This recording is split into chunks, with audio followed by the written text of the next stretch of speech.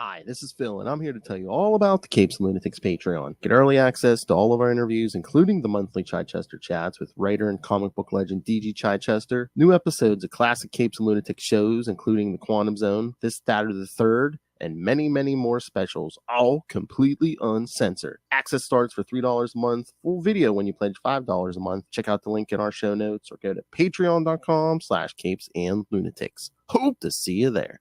This is Jeremy Adams, and you're listening to the Capes and Lunatics podcast. In brightest day, in blackest nights, No evil shall escape my sight. but those who worship evil's might. beware my power. Green Lantern's light. Hello and welcome back to Sector 2814, the Green Lantern podcast. I am Phil. Joining me, as always, Master of the Core. It is. I am Will. Hey, everyone. And this time we are talking Green Lantern Emerald Warriors 1 through 6. That's right, guys, back up the bat. Look at some of that pesky aftermath of Blackest Night. Brightest day, man. It's brightest day. I know, but this one, I don't know if this one has even. Well, I guess it does. I was gonna say it's much only on the cover, man. Only on the cover. I was gonna say that stuff last time I think had more of a connection. Yeah, I would agree. All right, so two pieces of news near and dear to us. None of it good. Well, first, I mean, was it sometime this week? We lost MD Bright, great artist who, again, we talked about the early episodes of this very podcast because he did some Green Lantern work. Lots of Green Lantern, Emerald Dawn, Emerald Dawn 2, and then he was one of the in the rotation. After the Road Back, drawing John stories, and he also went on to work with Milestone, and I think he was only 68, so that's not a good thing. No, yeah, we're losing all our great creators. Well, I guess that's a sign of getting old. So, when all your heroes start passing away. But yeah, I mean, just did a lot of great work. I remember him all over Marvel and DC. Oh yeah, absolutely. I mean, he did work on Iron Man. I remember reading some of those. Just a really long career, and it's a shame that it's over now, right? I know. And then the other sad news, not as sad, but sad news for us. Yes, they have not renewed the new Quantum Leap. So yes, 2 seasons, and that's it. Man, that was annoying. That was really annoying. Because that's a good show, really good show. I mean, maybe there's a chance somebody else would pick it up, but it has not been renewed. So, all right. I have a question. Do you think would the studio have given it at least one more season if Bakula had agreed to come back? I don't know. I don't know if his involvement would have been enough of a draw, I mean, for fans of Quantum Leap, I believe it would have. Yeah. But, I think a lot of, at least the people that I've talked to, you and, fans of the original show were fans of this show too. So, I don't know, but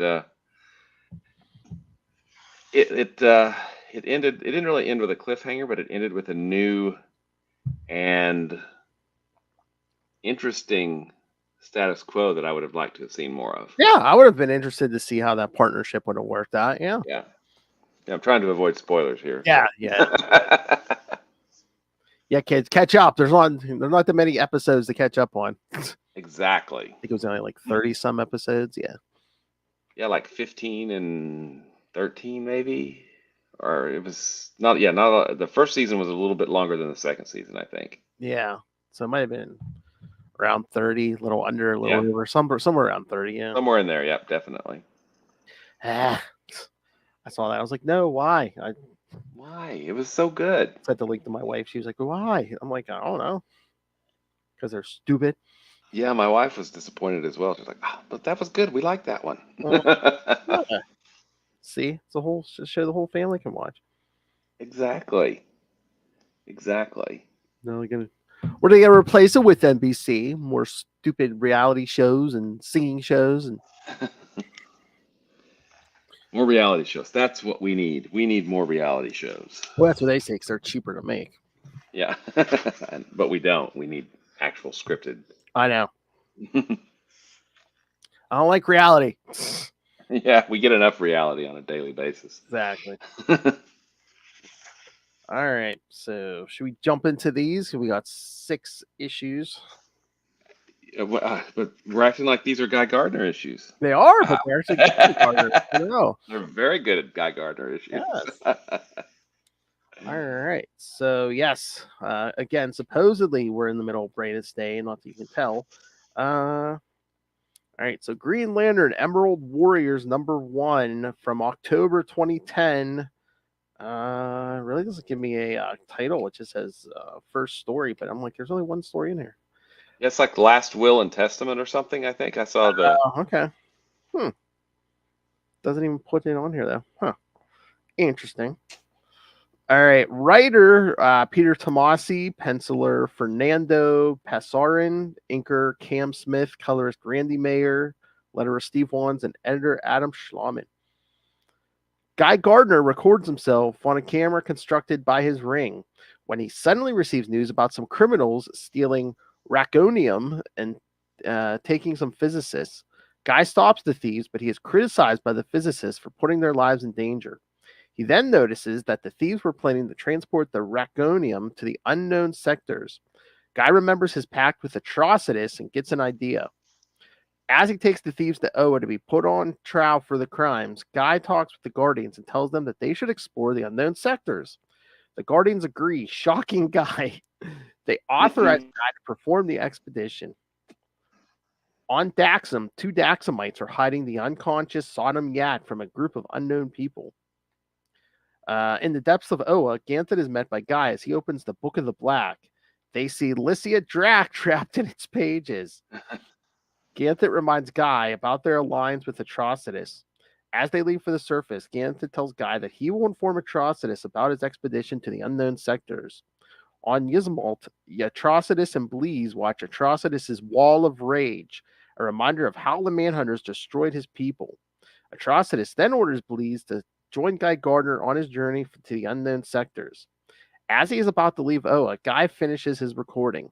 In the unknown sector, 2 Green Lanterns return to their leader, Zardor.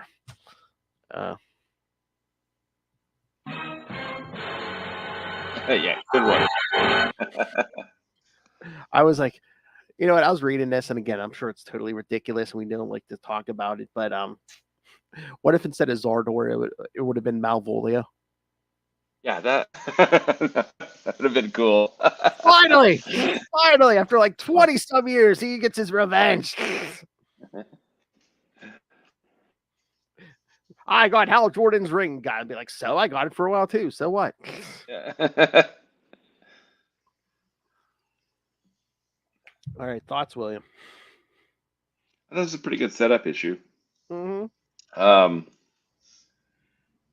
And it's interesting that, this book, it's, yes, Guy is the lead, but we're going to get, there's going to be more supporting characters joining. So, it's not just a Guy Gardner book. And, it is cleaning. I do like that it's starting to clean things up from Blackest Night, and Sodom Yat's one of those things. Ion, we're also, the seeds are being sown for War of the Green Lanterns, which is coming up, right? Because a little guy that with blue skin and green chains, no idea what he could be or who he could be, is running around doing things, right? What group could he be affiliated with? I don't know. I don't know. I have no idea. Yeah, I thought this was a pretty good start. It shows Guy as a, he gets a lot of crap, but he's one of, the reason he's an honor guard is because he's one of the best, right? And we get to see that here.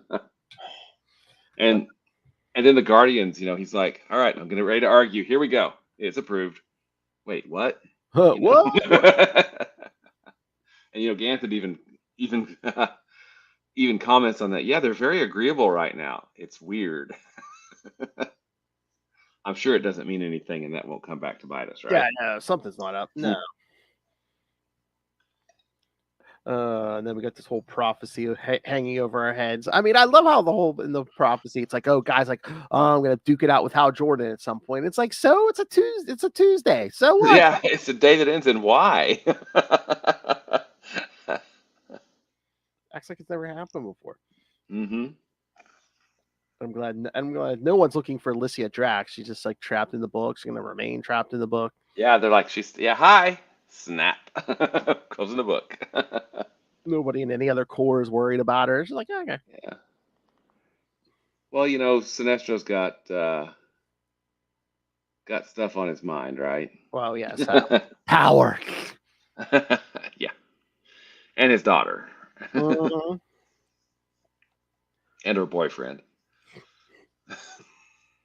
Then Atrocitus and his wall of 1,000 skulls. Yeah. Well, more than that. Yeah. But yeah, this was a good start, I think. Mm-hmm. Yes, and then of course that mystery. It's like, uh-oh, someone has control of these lanterns. Gosh, I wonder who that could be. Mm-hmm. Boy, I wonder who's going to show up in issue 2, because it says next, Poozer hunting. I don't know. Wonder who that could be. Exactly. I guess we'll just have to read it and find out, right?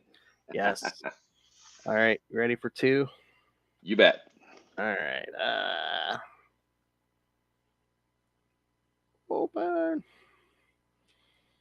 All right, Green Lantern Emerald Warriors number 2 from November 2010. Last Will, Lie of the Mind. Looks like the same team except. Whoa, we got 2. Boy, Will.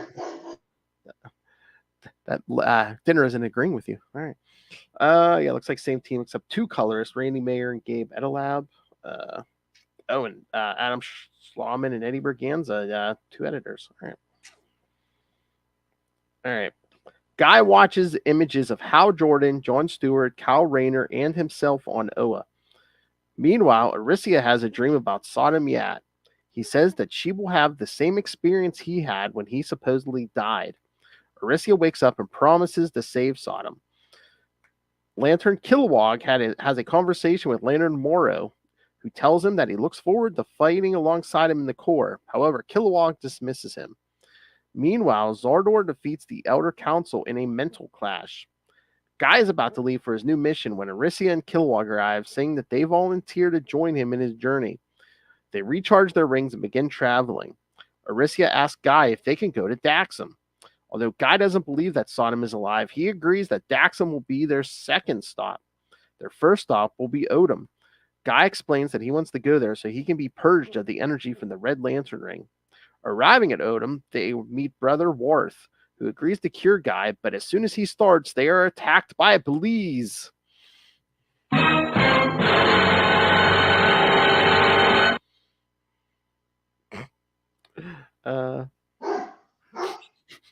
It's all right.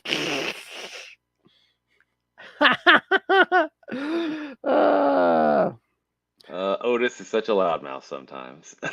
Sorry about that. That's all right. All right. So, yeah, what you think of this one? Well, I thought it was neat that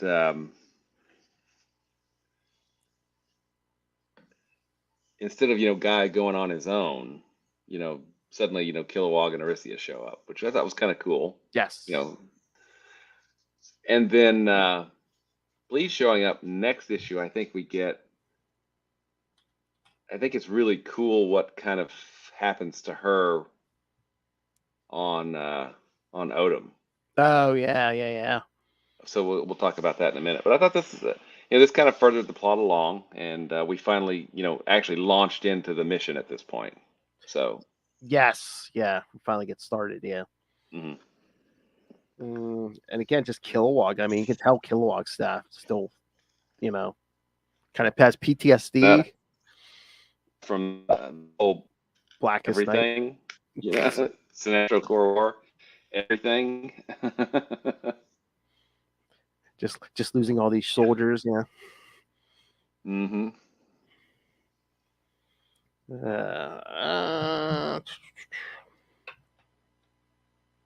Then we get the big bad doing some stuff. Yeah, he's really mean. We've shown that a lot. He always looks like some kind of like alien voodoo priest or something. It's just. Yeah. He doesn't look like Mongol at all, right? No. And I'm loving the art in this, especially like when they're recharging their rings and stuff. Yeah. Yeah. So yes, get ambushed on Odom. All right. All right. Anything else, or should we jump to the next one? I say let's go jump number 3. All right. Green Lantern Emerald Warriors number 3, December 2010. Last Will, Lie of the Mind. Same team. Guy, Arisia, and Kilowog fight Bleez, but Worth stops them. Guy asks Worth if he can purge Bleez, but Worth replies that he can. He can only purge people that have another ring on their finger. Worth then uses his ring to help Bleez state her reasons for attacking them. She says that Guy will need both green and red light to defeat the powerful force that's gathering at the unknown sector. Meanwhile, on Daxam, Sodom awakes and is greeted by a group of people who worship him for saving Daxam. They also say that Sodom is wanted by his father and the rest of Daxam for his crimes. Meanwhile, Zardor fights in a training ground when a mysterious cloaked figure appears. Zardor explains his plan to the figure. He has gathered several telepaths to manipulate them and many Green Lantern Corps recruits to make them into natural leaders with higher moral and ethical standards, willing to sacrifice their lives for the greater good. The cloaked figure then leaves. On Odom, Guy explains to Arisia and Kilowog that someone has been draining their power rings in small quantities for some unknown reason. Guy also says that they cannot allow the Guardians to know because that would create a scandal. Worth then asks Guy if he wants to be purged of the red energy. Guy declines and Worth accepts his choice, but he says that he will die if he is not purged. Guy, Arisia, Kilowog, and Bleez leave Odom and go to Daxam. Bleez asks Guy if Sodom Yat is the one behind the power drain. Guy replies that if he is the one responsible, then he will have to kill him.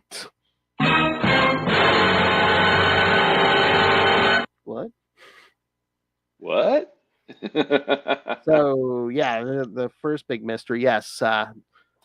Usually for Green Lanterns around these blue lanterns, they're like, what their power rings go up to like 200%. But yeah, it's they were sticking at 99%. So, yeah. Something's up.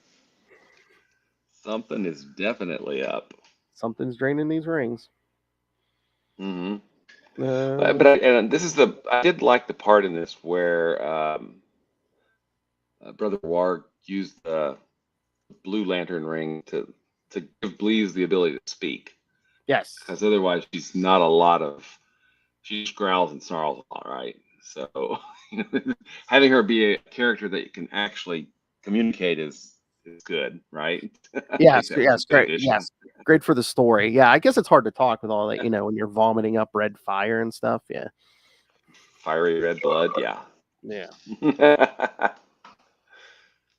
But it's an interesting group. I think that has been put together here, right? Because nobody trusts Bleez. No. Guy kind of does, and then you've got Arisia and Kilowog, who are, Arisia's angry because she's trying to find Sodom, and then you've got Kilowog, who's he's kind of the moral center of this group, right? This is what the core, this is what we stand for. Whereas Arisia and Guy are kind of playing a little fast and loose sometimes with what you can do as a Green Lantern, right? Yeah. I also think it's funny. Well, how do you think? I mean, guys keeping secrets from the other two. It's like I don't know. I think if anyone, you could tell these two. You could tell these two, yeah. Mm-hmm. Exactly. But yeah, it's yes, we're getting more interesting mysteries here. And again, no brightest day in sight. On the cover, Phil. It's on the cover. I know. This is a Brightest Day tie-in. I know it is. It says so on the cover. I mean, could it just be partially brightest days taking largely on place on Earth, and we're not seeing anywhere near Earth in these issues? In fact, we're about as far from Earth as you can get. Yeah. At the center of a never expanding universe, Will? Exactly. Where the center is always shifting? Absolutely. Will's like, don't get me started. All right, so should we get to number 4? You bet. All right. How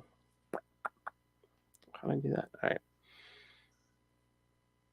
right. Green Lantern Corps. Or no, hold on. Lost my place here for a second. Screen jumps over to place. All right. Green Lantern Emerald Warriors number 4. Last Will, No Mercy. January 2011. Looks like same team again. Dero Yat and his soldiers are torturing a Daxamite for Sodom Yat's location. Suddenly, Guy, Arisia, Kilowog, and Bleez appear and defeat them. The Daxamite then takes them to Sodom's secret lair, but him and his disciples are already gone.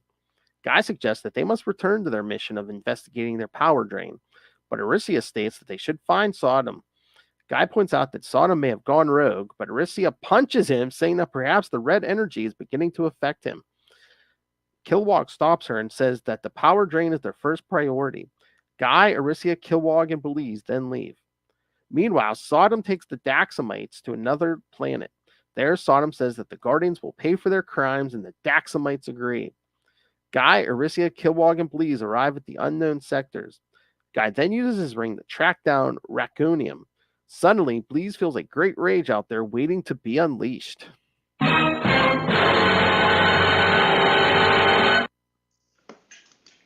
All right.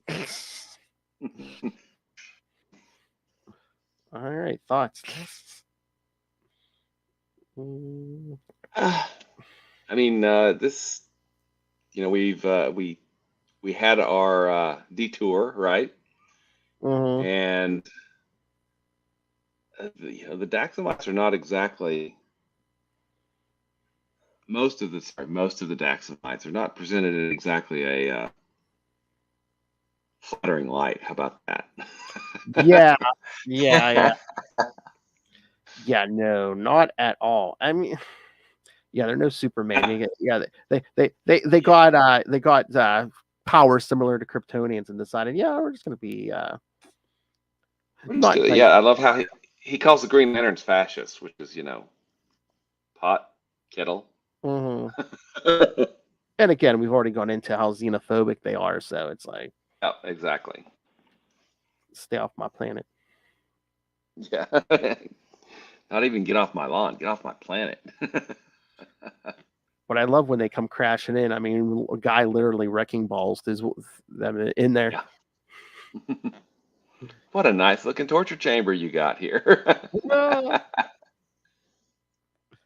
I was waiting when Arisia punches Guy because he wants to leave without Sodom. I was waiting. I just wanted her to like dump him on his butt and be like, one punch. Yeah. He'll never live that down, will he? No, I'm waiting for it, because well, I guess only one man could give him the one punch. Batman, yeah. My favorite character. Yeah, it took Hal a lot of punches. A whole issue, pretty much. Yeah, almost. Pretty much a whole issue. Yeah, exactly. Issue 25. Wow, that was a while ago. That was a while ago. So I'm trying to remember, is Sodom just like like dazed and disoriented from being in the sun so long, or Well, he took off his ring before he went in the sun. yeah. So how did he get a ring back? Well, I guess we have to assume at this point that the person, no spoilers here, the person that took Ion out of him left him with a ring and threw him back to Daxam, right? I guess, yeah. I mean, if you want him alive, that's what you got to do. Mm-hmm. So where did this person get a ring, and what ring is it, right? Where did we forge a new one? Perhaps. Oh, then what do you feel? What did you think of when they're like kind of like dealing with that slave camp, and Guy just basically grabs one of the guy, the guy in charge, takes him up like breathable atmosphere, lifts him up like 2 feet. No, breathable atmosphere. Unbreathable. Unbreathable. You see the guy like starting to freeze up. He's like, well, then Bleez shows up and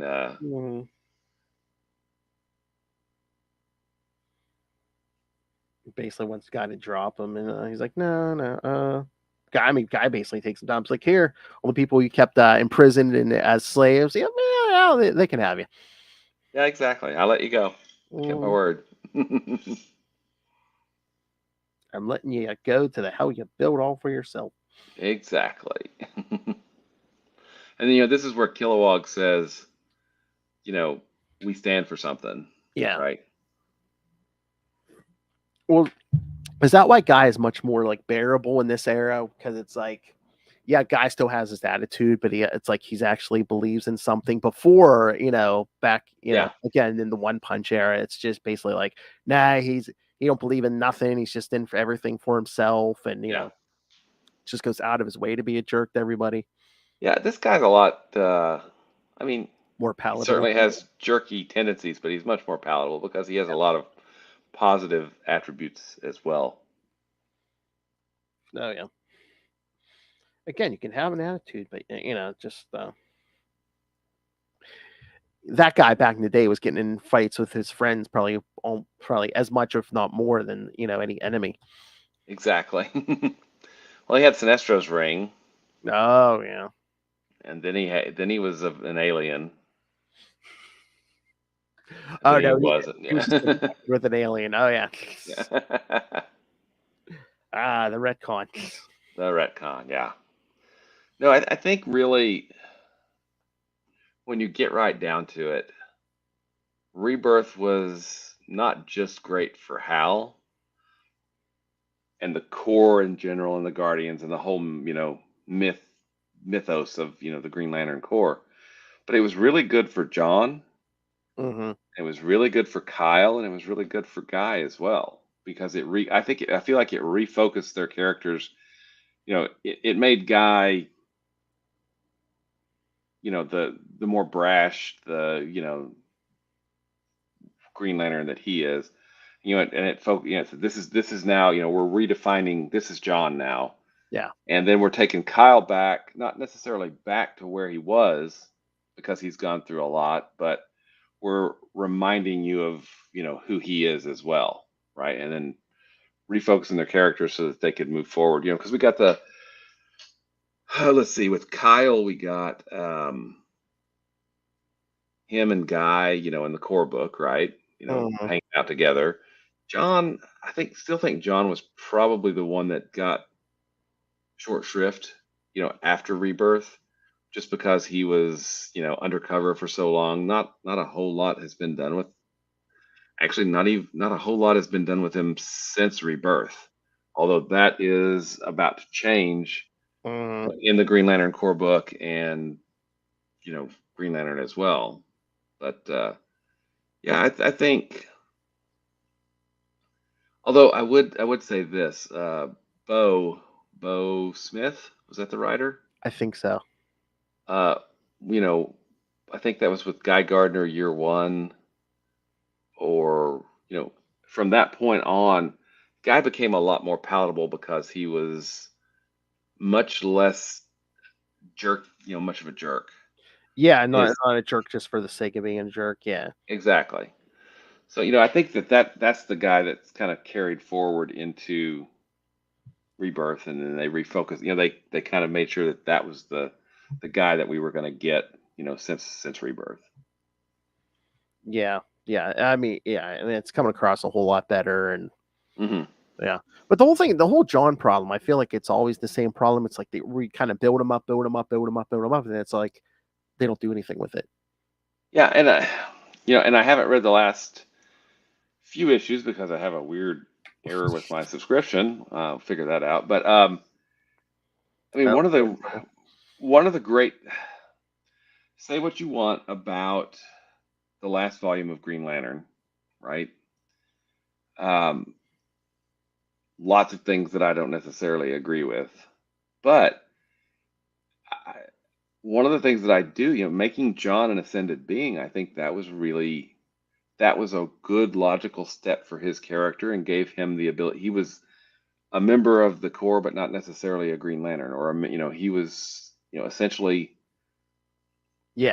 something else at that point. And I still don't know. I feel like they raised him up, like you just said, but then, when in issue 2 he gets infected, and now he's wearing a ring again because it's the only thing keeping him.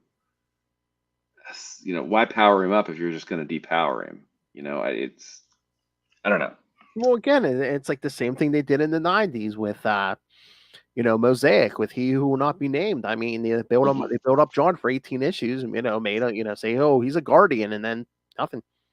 He's a Dark Star suddenly. He basically slept through Emerald Twilight. Yeah. Yeah, that was. And then we don't mention his powers. Yeah, like you said, he just goes on to be a Dark Star. Mm-hmm. Literally, was that issue of Dark Stars? He wakes up, he's just like, oh wait, what happened? Where's my ring? What happened? What's going on? I don't know. Yeah, that was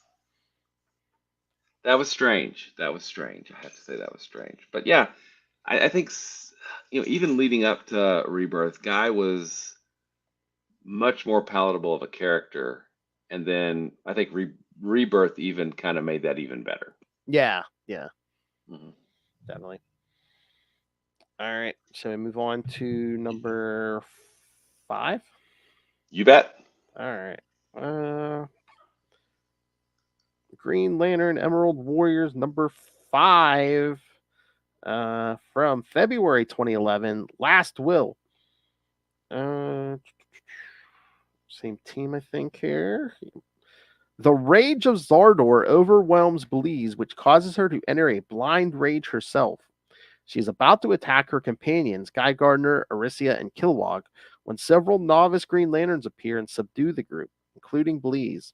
Unbeknownst to the group, Zardor is using a psychic attack on the novices to compel them to see the group as Yellow Lanterns. When Guy cannot convince the novices that they are not Yellow Lanterns, he lashes out, breaking the green energy constructs containing the group. This also releases Bleez, who attacks one of the novices. Kilowog manages to pull Bleez off the novice, and the pain of Bleez's attack breaks the compulsion. When the freed novice tries to tell the others that Guy and the group are not Yellow Lanterns, Zardor forces the other novices to kill him. Guy realizes that pain is the key to breaking the compulsion. The group manages to subdue the novices and break the compulsion with a liberal application of pain. However, when the compulsion is broken, Zardor reveals his true power by compelling all the novices to kill themselves. When the rings begin to return to their sectors, Guy manages to stop one and download information from it. He learns the location of the planet Kralok. Kilowog is devastated by the deaths of the novices and blames himself for not giving them better training. Arisia tells him it is not his fault, but he does not believe it. As they begin to head to Kralok, they are interrupted when Guy regurgitates a massive amount of blood. The blood takes the form of Atrocitus. Atrocitus demands that Guy honor the bargain that he has made with Ganthet and Guy. The others demand that Guy reveal what is going on. Guy reveals that he had been having visions that forebode a hooded figure collecting the emotional entities and using them to destroy the core. He reveals that he fears that he can do nothing to stop the vision from coming true.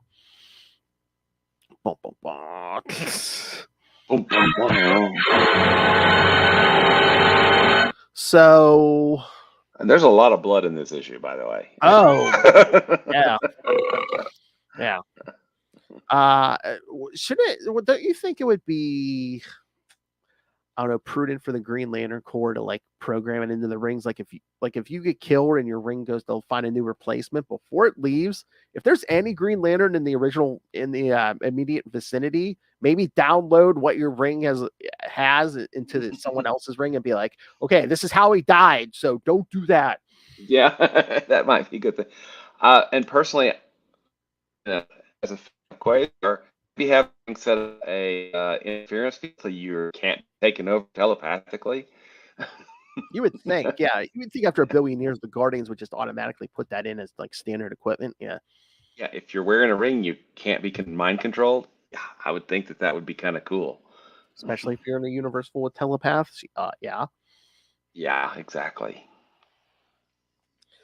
And it's because it's your mind that controls a power ring. Yeah, I would think that would be smart. Yeah, exactly. What else do we get here? This stupid app likes to open and close on me. All right. We've got Kilowog because he is, he's felt all of the death of all of the rookies, all of the Green Lanterns, because he's trained almost all of them, right? At this point. So we're going to be dealing, I assume, in the second half of this series, will be, because they've been carrying that plot line through as well. Kilowog's going to be able to come to grips with the trauma he's wrestling with, from Sinestro Corps through Blackest Night. So many Lanterns dead, right? Oh yeah. Like I said, I don't. God, I barely remember any of this. So I can't. I know. I read these, and I don't remember reading them. So it's nice to read them again. Like in the various general levels, I'm like, yeah, okay, I kind of remember reading these, but yeah, I probably read them once, and then that was it. Mm-hmm. Yeah, and there were so many Green Lantern books, and more to come, kids. Because we just started 2011, so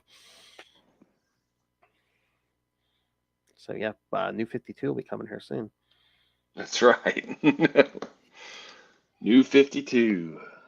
All right. Hey, Phil, there were two books. There were two franchises that were not affected by the New 52 reboot. Green Lantern was one, but I can't remember what the other one was. Do you remember what the other one was, Phil? Ray, this is all Will Ray. Batman, my favorite character. Into the Dark Knight, all to do with Batman. I love Batman. Sorry, Ray, had to do that. But no, it's actually, I think, really telling, because the New 52 reboot, this is how much of a sales powerhouse Green Lantern was at the time. We had Green Lantern Corps. We had this Green Lantern Emerald Warriors book. So at the time, when New 52 hit, there were 3 ongoing Green Lantern series, right? Mm-hmm. When New 52 hits, we get 4.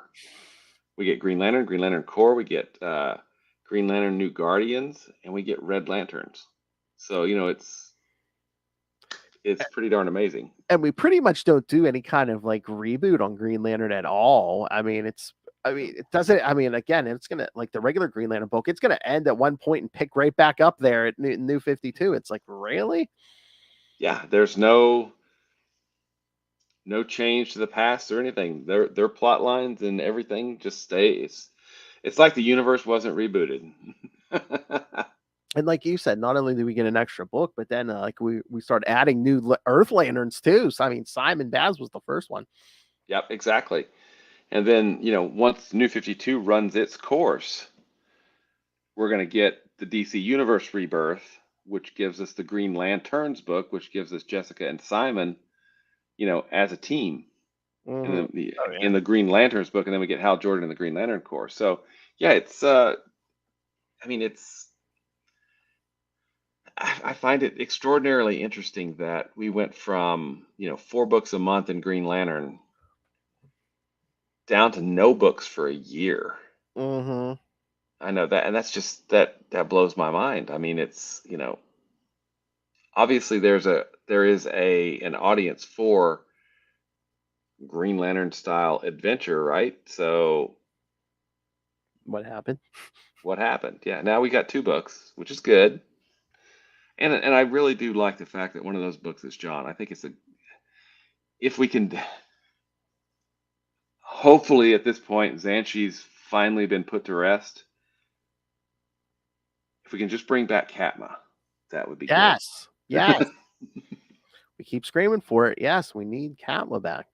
Mm-hmm.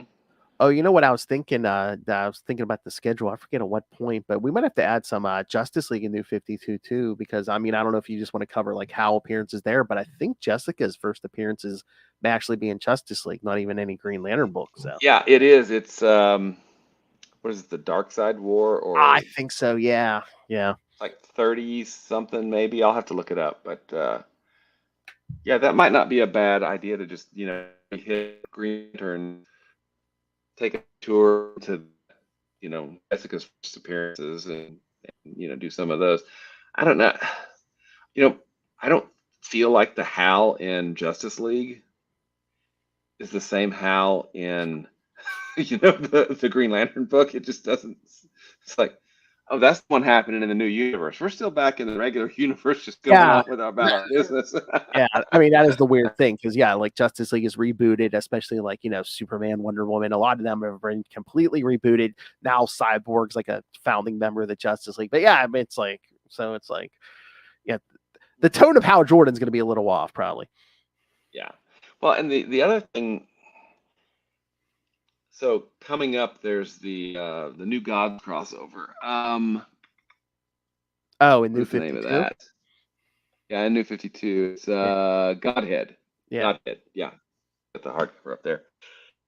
Where first encounter the New Gods, I'm like, well, they've not. The only good thing of that means that Zanshi never happened, right? Because it was never blown up, because they've never met the New Gods, and none of that happened, right? Yeah. But meanwhile, we're still not getting Katma. Yeah, we're still not getting Katma back, so there you go. Whatever. Yeah, the whole timeline for New 52 is so muddy, and it just it's like when they first started, they're like, oh, it's only like a 5, everyone's only been around for like 5 years, but meanwhile, Batman's had every single Robin, so it's like it's basically had a Robin every year, every year, and they won Harley Quinn from day one and stuff, and it's just like, I think they really did not put any thought into that timeline. No, not really. And hey, it's Christmas. It's time for a new Robin. I don't know what. Merry Christmas, new Robin time. And it's like that most vulnerable of characters has finally got armor, Superman. Oh yeah, exactly. Because the only person that needs armor more than Superman is Spider-Man. Exactly. I mean, Superman's bulletproof. I know. And even like the Flash's costume looked like armor. I'm like, yeah, nothing says super speed like armor. Yeah. Or nothing says acrobatics like armor. Because didn't Daredevil get armor for a while? I mean, yeah, it was just everybody got armor for a while in the 90s. It wasn't really armor. No, I'm sorry. Not that, we love Grunwald, but oh my god, that Captain America armor. Oh yeah. Yeah, I agree. We do love Grunwald, but not everything was awesome. I'll put up with the Cap Wolf, man, but that armor, ugh. Yeah. Yep. All right. So should we jump into the last issue here? Final issue, you bet. Let's go. Well, for tonight, yes. All right. So all right. So there's the app. All right. Green Lantern, Emerald Warriors, number 6. From March 2011. Again, it just says last will. All right. Looks like same team, except this time again, Randy Mayer's the only colorist and Adam Schlomann's the only editor. Guy Gardner explains the pact that he and Ganthet made with Atrocitus, based on their visions to a furious Arisia and Kilowog. Guy reveals his visions and that he believes that they will be facing the renegade Guardian Krona. There we go. The info. Kilowog and Arisia are furious that Guy did not trust them and take off, leaving Guy with only Bleez to support him with the mission. Meanwhile, in the unknown sector, Lantern Yak glows mysteriously, but he is unaware it wears off, and he takes off to defend the caskets of dead lanterns that are being ravaged by carnivorous creatures. It would appear that these creatures are merely pawns for Zardor, though. Guy and Bleez arrive at Kraylock and try to come up with a plan to get through its defensive perimeter. Bleez wastes no time and sends off a red arrow construct around the planet to pierce the skulls of the guards. Guy and Bleez reach the planet's surface and discover a concentration of unconscious telepaths floating in the Raconium soup. Zardor spots the intruders and attacks. Zardor gains the upper hand and takes Guy and Bleez down. Luckily, Sodom arrives just in time. Only which side is he on?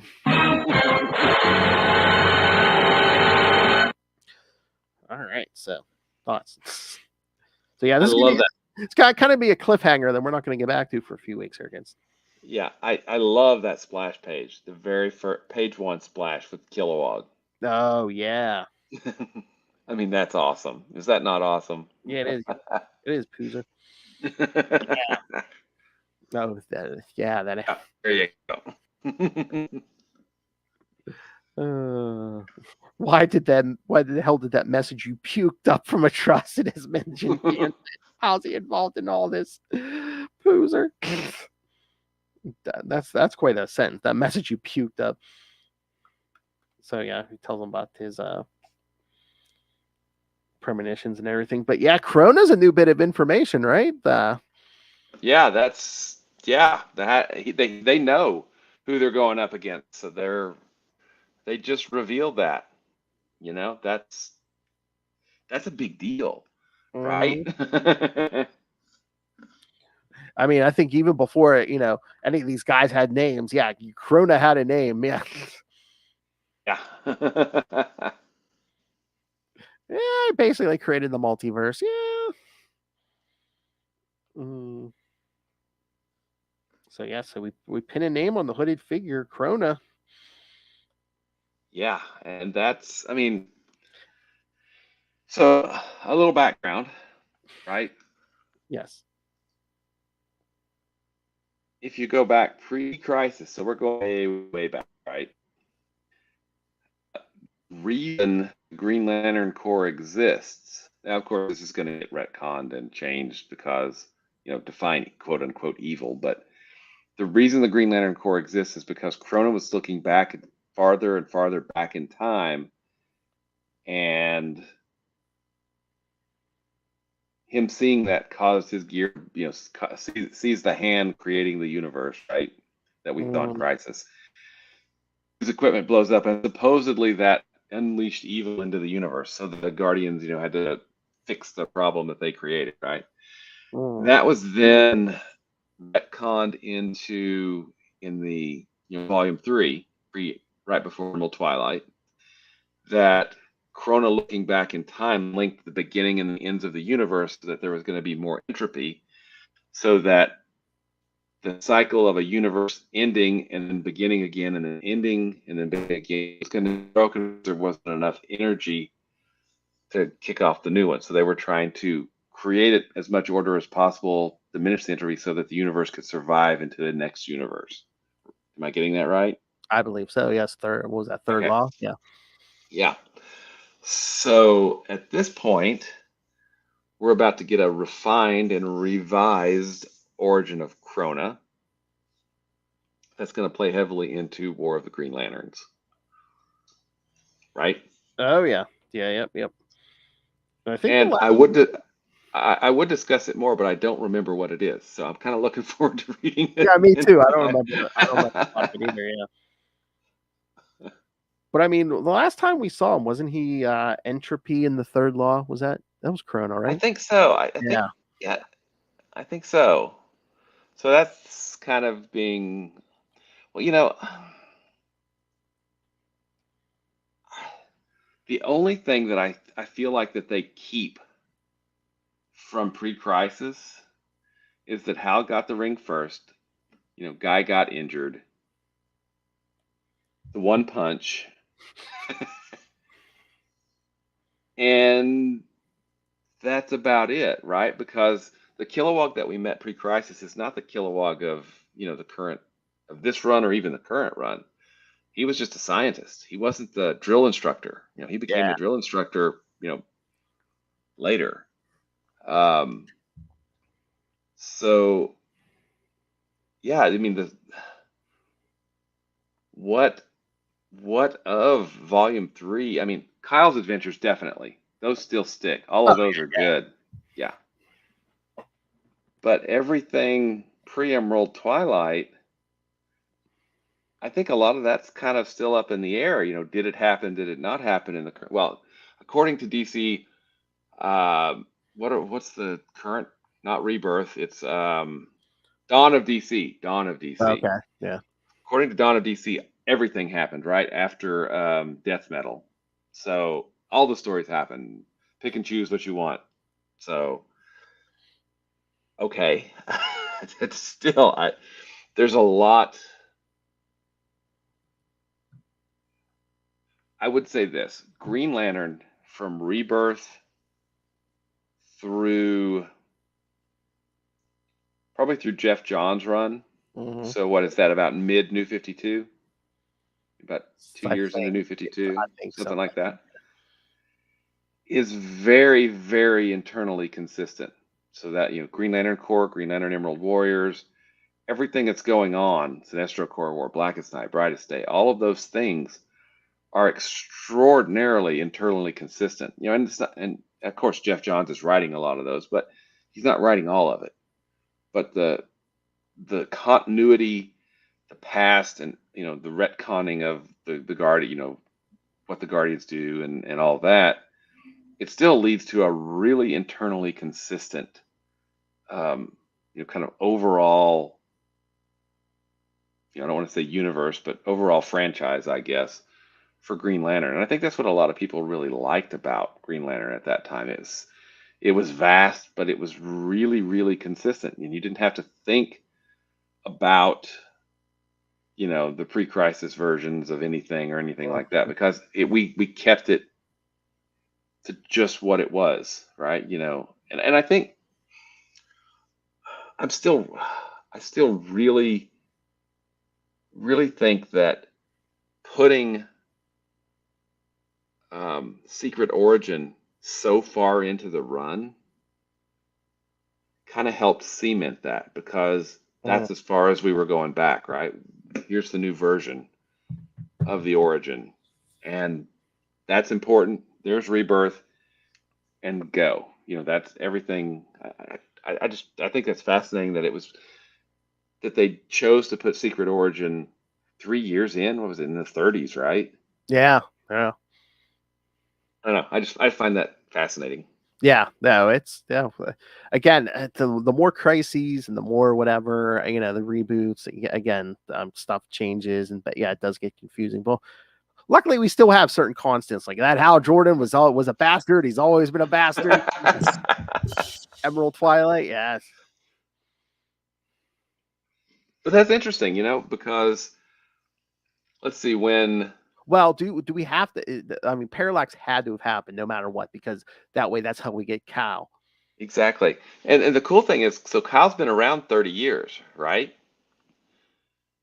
If you look at when Hal had been around 30 years, the crisis had just happened. Right? Because it was 59, 58, and crisis happened in 86. Yeah, so almost 30, yeah. Yeah. But look at the difference. I mean, Kyle was kind of a modernization of Green Lantern, right? A lot of those stories still feel really modern and like they could be published today, right? But that was 30 years ago versus you take a look at, DC was radically different in 86 or 87 or 88 than it was in 1958, when he first showed up. It's, I'm curious, soon will it be in 10 years? Will it be 5 years until they start retconning some of Kyle's stories. I don't know. I just think that's interesting. They could retcon it, but again, I think a lot of it might just be like modernizing certain things because I think it's easier. I think it's easier to kind of go with Kyle's stuff because they kept him away from all the cosmic stuff for a while. He was very on Earth for a while. Yeah, absolutely. They're smaller stories, so you don't have to worry about him traveling to the year. What was that, 54 something? I don't even remember. And taking a different name and whatever. Anyway. Summer of 65, kids. I think ultimately too, it's so much of Green Lantern up until Crisis. Even let me back that up. So much of Green Lantern until Hard Traveling Heroes, right? Mm-hmm. Was really written for children, right? Yeah. And then we had Hard Traveling Heroes, and then that kind of influenced subsequent Green Lantern stories, but it kind of got back to being just more of a punch 'em up, book up through Crisis on Infinite Earths, right? And then post Crisis, it started becoming a power. I mean, we got the Millennium crossover, which has been brought up in the latest series. Awesome, which I think is cool. But then it jumped into, after because then that was supposedly a sales powerhouse. Green Lantern selling really good at the time, and then Action Comics Weekly happened, and we don't talk about that. And then the book was kind of rebooted-ish. We got Emerald Dawn, which was an upgraded Hal's a Drunk Driver origin, which we don't get anymore. That's gone, so that's been right. I don't think we brought it after those series. I don't think we ever brought that back. But yeah, it's to have such a distance from now, Kyle's first issue, and that issue being still fairly, it could be published today versus, I think even if you look back to, number one of The Road Back, I don't know that, because that was in 90, right? Yeah. That's still kind of modernish, but there's still there's still some things in there that probably wouldn't play well to a modern audience, I would think. Yeah. Would you agree with that?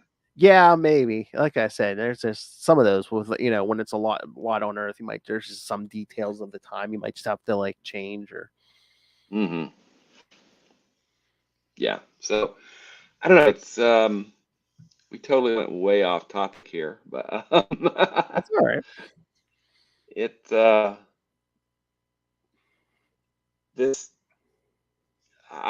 I'm still just really impressed with the scope and the consistency of what began with Rebirth up through, up to New 52, and then into New 52 as well. It's just it's impressive. Mm-hmm. Oh yeah. All right. Anything else? I think that's it. I love that splash page still, though. I know. I love it too. No, looking at the schedule, I thought it was be a little sooner. We're not getting back to Green Lantern Emerald Warriors number 7 until like the end of June. Whoa, hang on. May. So like 6 weeks? Something like that. Well, the next 2 weeks we're gonna do just the Brightest Day series. Like next week is Brightest Day 2 through 7, and then the week after that is Brightest Day 8 through 12. Then we're gonna do that Justice League Justice Society crossover with Alan and Jade and the Starheart and all that. Then we get back to the regular Green Lantern book. Then we get more Brightest Day and an issue of Green Lantern. Then we get to the Green Lantern Corps. Then we get more Brightest Day. Then we get the Green Lantern book. Then we get the Brightest Day again. And then I guess there must be a part of it. Green Lantern Emerald Warriors is in there with 2 issues of Green Lantern, a Green Lantern Corps. Two issues of Emerald Warriors, 2 Green Lanterns, and a Corps for War of the Green Lanterns. So, Oh yeah. man, so that book went right from Brightest Day right into War of the Green Lanterns. Yeah. And again, the whole All the series lasted like what, 13 issues or something. So it's like, yeah, it's basically a series created to cover two events. That's it. 2 really large events. one company-wide event and one,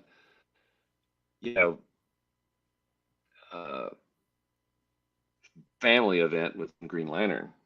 Well, I think Emerald Warriors was a casualty of, hey, we're rebooting into the new 52. So Yeah, exactly. Yeah. But kind of a casualty, but probably also greatly influenced, the Red Lantern book getting probably, green, I would say, because we were starting to see more and more of, in this book, the Red Lantern influence, right? Yeah. All right. Anything else? Nope, that's it, man. All right. So yeah, like I said, next week we're just gonna be doing Brightest Day 2 through 7, and then in 2 weeks, Brightest Day 8 through 12. So gonna be getting a whole lot of all over the DC universe. So send us your thoughts. Email us CapesandLunatics@gmail.com or call the voicemail 614-382-2737. That's 614-38-CAPES. And remember, you can find all things Capes and Lunatics episodes, social media, merchandise. Again, get your new merchandise with all the new brands, all the new logos on the Capes and Lunatics. I just ordered myself some shirts, got them the other day. Should be wearing one. So yes, get all new merch, old merch. Just rain random money on us through the Cash App link, Lil's favorite, and of course the Patreon, where again, uncensored Lil Hellfire. That's all you need to know. That's worth the price of admission alone. So find it all at tubespace.io/Capes and Lunatics Podcast Network. That's tubespace.io/Capes and Lunatics Podcast Network. More vicious and brutal than ever. I love it. All right. Now for this Mr. Will Allred, master of the Green Lantern Corps, master of the Quantum Zone, master of podcasting, and master of several successful Kickstarter campaigns. Mr. Will Thank Allred, you. where can I find you? You can find me at Walred, that's at WALLRED, at Facebook and Blue Sky and Twitter and probably Instagram and maybe even other places that I've forgotten that I've set up, profiles and stuff. If you'd like to check out the comics that I write a book called Crossover Division. And as Phil said, we just had our 5th successful Kickstarter for issue number 5. And no, actually that's our 6th successful Crossover Division Kickstarter because the hardcover's in there. Anyway, if you'd like to check it out, you can do that at crossoverdivision.com. You can also check out another book I write called Diary of Night at diaryofnight.com. And if you're here listening to us, you obviously have great taste. That means you'd probably love Marvel's Quasar almost as much as Phil and I. If you'd like to find out more about Quasar, you can do that at the Quantum Zone, quantumzone.org. I'll put it in my navel. Hey, boys, you look at the party? I love the party. I hope it's going somewhere nice. They aren't even attempting to enter our offices. Thank you, Tom DeFalco, for that awesome script from Gem. Yeah, I'm stuff from laugh. Jordan. All right. Thank you for joining us again. Next week, Brightest Day 2 through 7, and then 2 weeks, more Brightest Days 8 through 12. So, Yep. We'll make it through. we'll get some Green Lantern Corps. We'll get back to Guy someday. We'll